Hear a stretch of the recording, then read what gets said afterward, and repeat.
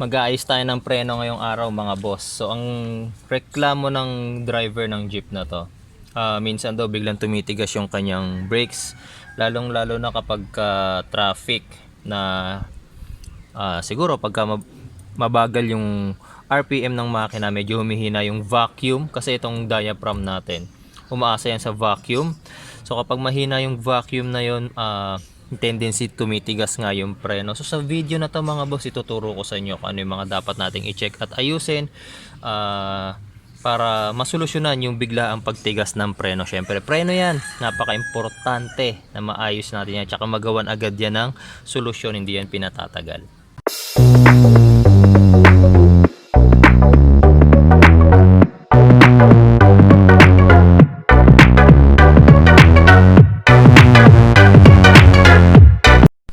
So first kasi syempre mga boss, kapag sinabing tumitigas ang preno ng ating sasakyan, so ang pinaka main concern natin dyan is yung ating brake booster, itong ating hydrovac. Kasi yan yung tumutulong sa atin para malakas nating, madali nating maitulak yung brake pedal, tapos may push rod dito sa brake master natin sa loob. So yung push rod yung tutulak ngayon sa piston, tapos yung mga brake fluid ngayon ang tutulak naman dun sa ating piston, dun sa mga wheel cylinders o sa mga calipers para mapreno naman yung ating sasakyan. So kung sa tulad nito, syempre mga malalaking sasakyan na to, jeep, kailangan talaga merong brake booster kasi nga mahirap ipahinto yung ganito kalalaking jeep kung wala kang brake booster, matigas yan. So kapag nagkaroon ng problem na tumitigas yung ating preno, isa sa suspect natin dyan syempre yung brake booster, pero hindi muna natin yan agad papalitan kasi mga boss, syempre unang-una magkano. Tulad nito, ang brake booster nito is pang Isuzu 4HF1, so ang surplus nito nasa nag-range, surplus pa yun, mga nasa 9,000 pesos. Kung bibili ka ng original nito na nasa original na tawag dito, brand new, 15,000 to 18,000 yata ang brand new nito. So napakabigat mga boss, tapos mamaya hindi pala yan yung problem, o kaya meron pang ibang alternative solution. So kailangan natin muna malaman ngayon mga boss, kasi diesel engine ito. So mapapansin nyo, ito yung hose. Yung hose na yan mga boss, hindi yan direktang nakakonekta sa ating intake manifold. So kailangan sapat yung vacuum na napoproduce para mahila yung diaphragm na nasa loob. So ang hose na yan mga boss nakakonekta sa likod ng ating alternator, kasi itong alternator natin, sa likod niyan meron tayong tinatawag na vacuum pump. Ito yung kanyang vacuum pump na nasa likod. Minsan ito yung nagiging problem, pero hindi naman yan laging pinapalitan. Meron kasi yung fibra sa loob, mga 4 pieces na fibra. Ayan, papakita ko sa picture. Minsan pudpud na yung fibra na yon, or maliliit na, para siyang mga fins, diba? So pinapalitan yon. Mura lang yan sa mga auto supply, may mabibili kayo yan. Dalhin nyo lang yung sample, o kaya pag tinanggal nyo tong vacuum pump na to, dalhin nyo na yan mismo dun sa auto supply para makita nyo yung size ng fibra na ipapalit. Ayan. So tapos yung hose, inspect nyo kung may mga cracks, may mga butas. Ayan. So itong mahirap pagdating sa vacuum, sa hydrovac mga boss, kasi hindi siya katulad ng gulong. Pwede kasing may singaw lang yung ating hydrovac o yung hose natin. Yun nga lang, hindi nga siya katulad ng gulong na pwede mong kapag may butas yung gulong, kumuha ka lang ng sabon, tapos lagyan mo na sabon yan, basang tubig tsaka sabon, tapos tignan nyo kung saan bubula, doon may butas. Kasi ang gulong, palabas ang hangin kapag may butas, pero sa vacuum mga boss, hindi yan palabas, papasok. So yung hangin galing sa environment, hinihigop papasok ng makina natin. So yun yung purpose ngayon ng vacuum, which is yun yung hindi natin makikita. Nakikita ko pang isang problema rito, makamilik na yung brake master. Eto, nakikita nyo, basa siya. Pero yung leak na yan mga boss, hindi reason ng pagtigas ng brake pedal. Pwedeng mag-loss ng brakes, hindi kumapit yung brakes, kasi pag apak mo, instead na yung brake fluid is mapunta doon sa mga wheel cylinders, anong nangyayari, lumulusot lang, kaya tumatapon lang dito, pero hindi siya pwedeng maging reason ng pagtigas ng brakes. Basta tumigas ang brakes natin, ang may kinalaman na dyan is either yung hydrovac, yung hose, or sa vacuum pump. Okay? So, ihiwalay ko ng video yung leak nitong brake master. Doon muna tayo mag-focus mga boss sa pagtigas ng preno. So, meron pang isang solution dyan mga boss. Kasi ang hydrovac natin, meron niyang mga seals din. May mga nagre-repair ng hydrovac pero hindi ko yun sinubukan pa. Tsaka hindi ko rin yun recommended kasi kailangan kasi totally sealed ang hydrovac. Hindi pwede yan magkaroon ng kahit na konting butas or kahit na konting leak kasi nga magiging cause yun ng pagtigas ng brakes. Kaya yung seal niyan, meron pa yung isang seal dito sa loob. So tatanggalin natin tong brake master na to. Meron yung 4 na nut. Tanggalin lang muna natin yan.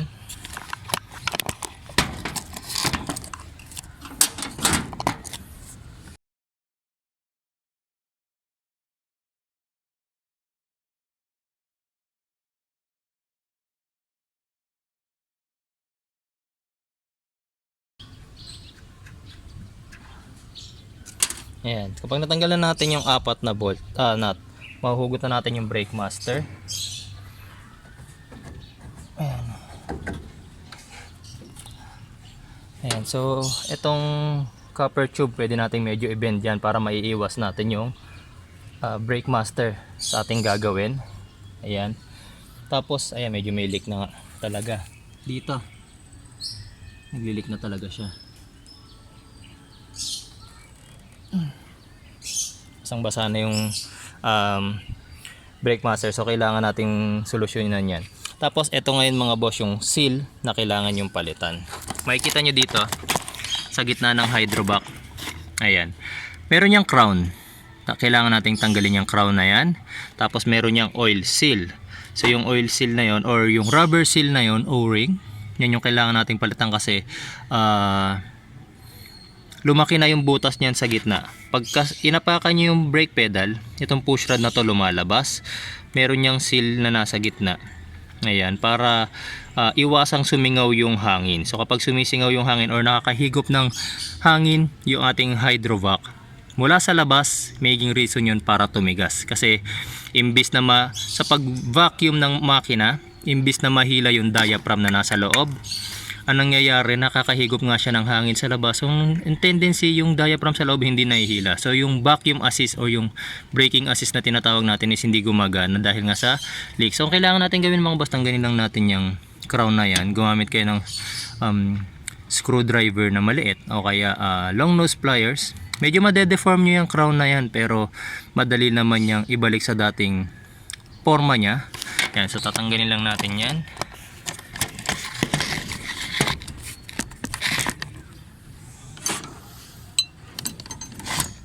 Kahit masira nyo na yung goma, okay lang. Wait lang. Dahil lang guys ilalayo ko muna yung camera. Kailangan ko lang makuha yung crown.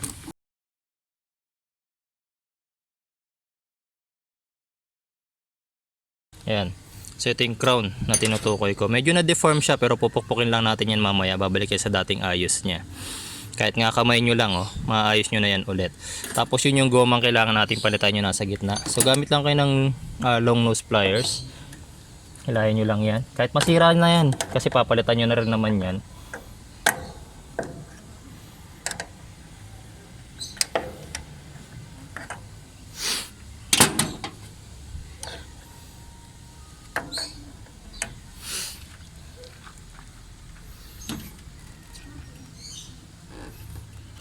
Ayan. Ito siya. So yung maayos pa na goma nito, ganito itsura, nakikita nyo yung liit ng butas sa gitna. Ito sumobra na yung laki kasi nga from time to time labas-pasok yung push rod. So itong goma na to na nasa gitna, lumalaki yung butas. Compare nyo yung bago, maliit. Tapos meron pa yung plate nasa likod. So yung plate, gamitin nyo lang to ulit. Ito itatapon nyo na to. Tapos ikakabit nyo ngayon tong bagong goma. Ayan. Ayan. Ayan, papasok nyo lang yan. Ganyan. Ayan, okay na. Tapos ang gagawin natin mga boss, medyo lilinisin natin to. Unang-una matanggal, kailangan muna yung mga brake fluid Tapos yung push rod, kailangan nating lihahin. So lilihahin ko yan ng pinakapinong liha. Kakalisuhan ko lang yung brake pedal sa loob para lumabas yung push rod.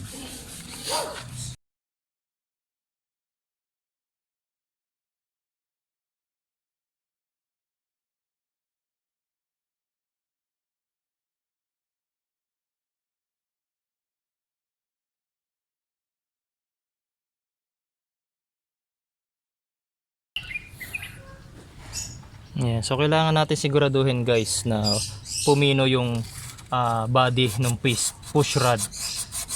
Kasi kapag may rough surface yan, mabilis lang din masisira ulit itong seal na kakabit natin.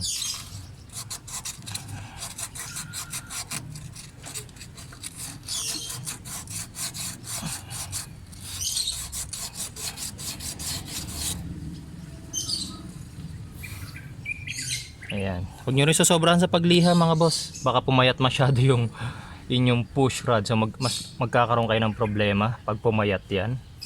Tapos yung pagkakabitan din nitong ating seal, medyo liyahin nyo rin kasi ayan, medyo rough din siya.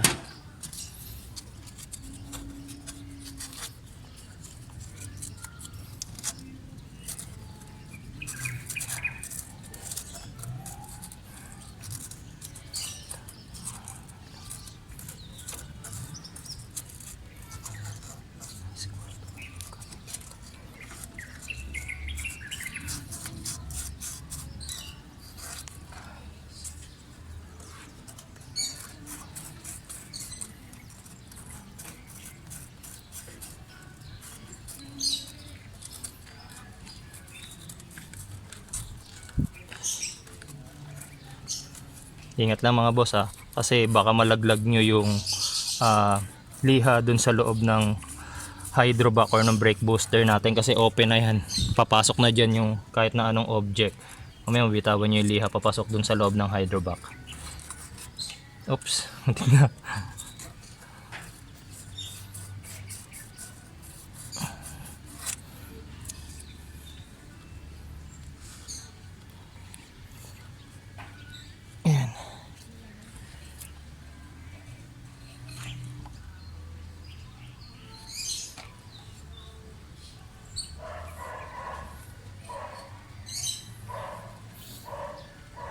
Yan, so kapag nalinisan nyo na, pwede nyo na ibalik to. Ito palang goma na to mga boss, auto supply lang to nabibili. 50 pesos lang ang isa nito. Imagine nyo kung maayos natin yung problema nitong hydrovac natin nung pagtigas ng brake pedal sa halagang 50 pesos compared naman kung bibili kayo ng bagong brake booster. So ipapasok na natin tong goma. Ayan, pasok nyo lang yan. Ayan. Kahit kamay lang ang ipantulak nyo dyan. Ayan.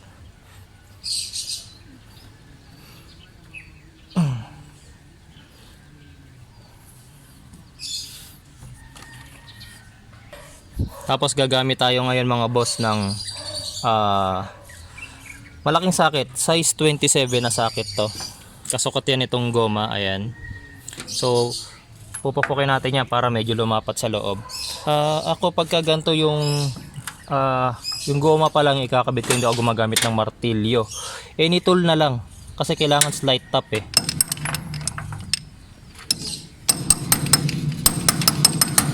Yan. Kailangan lang kasi mapalapat natin yung goma dun sa loob.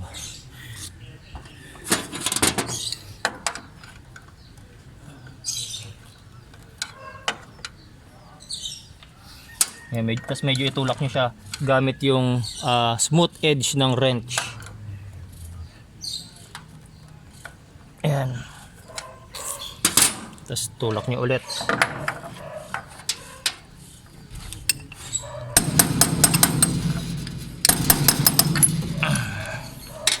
Ayan. So kapag nailagay na natin yung goma, yung crown naman ngayon yung ikakabit natin. Ayan. Lagay nyo lang yan ng ganyan. Tulak nyo muna ng kamay nyo. Ayan. Tapos gamitin nyo na ngayon itong socket ulit. Tapos ito pwede na kayong gumamit ng hammer. Kasi kailangan lumapat yung crown sa loob. Wait lang. medyo nakalabas yung push rod, kailangan ko munang tanggalin yung kalso dun sa ating brake pedal.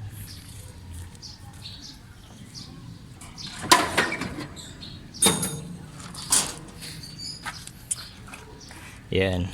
Tapos pupukin natin.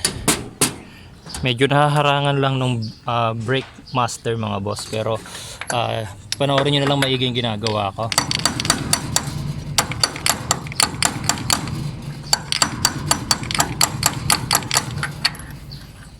Ayan, kailangan mapalapat nyo lang ng gusto yung crown sa loob. Ayan.